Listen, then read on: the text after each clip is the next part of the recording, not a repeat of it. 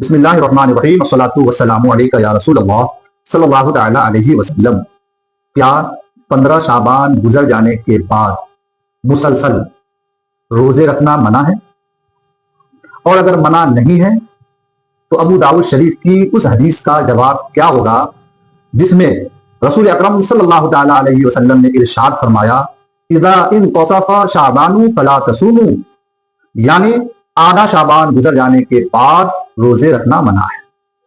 اس حدیث کی روشنی میں آدھا شعبان گزر جانے کے بعد کثرت کے ساتھ روزہ رکھنا منع ہے۔ اس حدیث کا جواب کیا ہوگا؟ شروع سے اخیر تک سماعت کریں۔ آج میں اسی حدیث کا جواب دوں گا اور اس حدیث کا مطلب کیا ہے اس پر اختصار کے ساتھ روشنی ڈالوں گا۔ پہلے اصل مسئلہ سمجھیں۔ اصل حکم یہ ہے کہ نفلی روزہ رکھنا عبادت ہے، چاہے 10 دن رکھیں یا 20 دن رکھے یا 1 ماہ رکھے، شرعاً کوئی گناہ والی بات نہیں ہے۔ کہ مکمل شعبان کے روزے رکھنا چاہتا ہو تو ان کے لیے جائز ہے کہ وہ مکمل شعبان کے مہینے کا روزہ رکھے، شرعاً کوئی قباحت نہیں ہے۔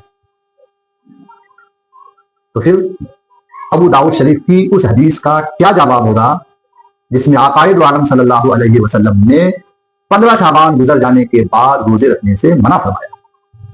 اس حدیث کا جواب سنیں۔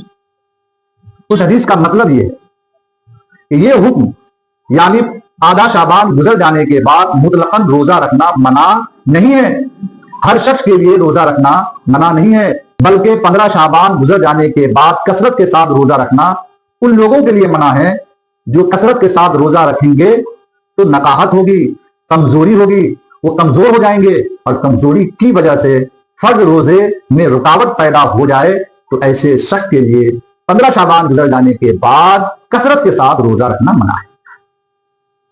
اور جو شخص کثرت کے ساتھ 15 شعبان گزر جانے کے بعد روزے رکھنے کی طاقت رکھتا ہو اور روزے رکھنے کی وجہ سے کمزوری نقاہت نہ ہوگی، رمضان کے روزے میں رکاوٹ نہیں ہوگی، تو پھر ان کے لیے 15 شعبان گزر جانے کے بعد روزہ رکھنا منع نہیں ہے۔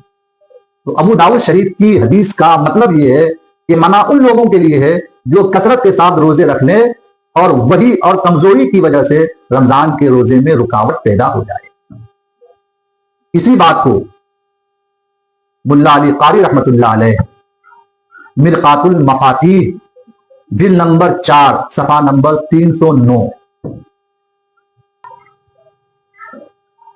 چنانچہ ملا علی قاری رحمۃ اللہ علیہ مرقات المفاتیح جلد نمبر 4 کتاب الصوم صفحہ نمبر 609 پر ارشاد فرماتے ہیں مشکات شریف کی حدیث کے جواب کے بارے میں وَالنَّهْيُ لِلتَّنزِيهِ رَحْمَةٌ عَلَى الْأُمَّةِ أَن يَدْعُفُوا عَلَى حَقِّ الْقِيَامِ لِصِيَامِ رَمَضَانَ، یعنی یہ ممانعت ناپسندیدہ عمل سے بچنے کے لیے اس حکم میں امت پر شفقت ہے کہ ان کے روزوں کی وجہ سے رمضان کے روزے میں رکاوٹ محسوس ہوگی، اور اگر طاقتور ہو نفلی روزے 15 شعبان کے بعد رکھنے سے کمزوری نہیں ہوگی تو اس نہیں میں وہ لوگ شامل نہیں ہیں۔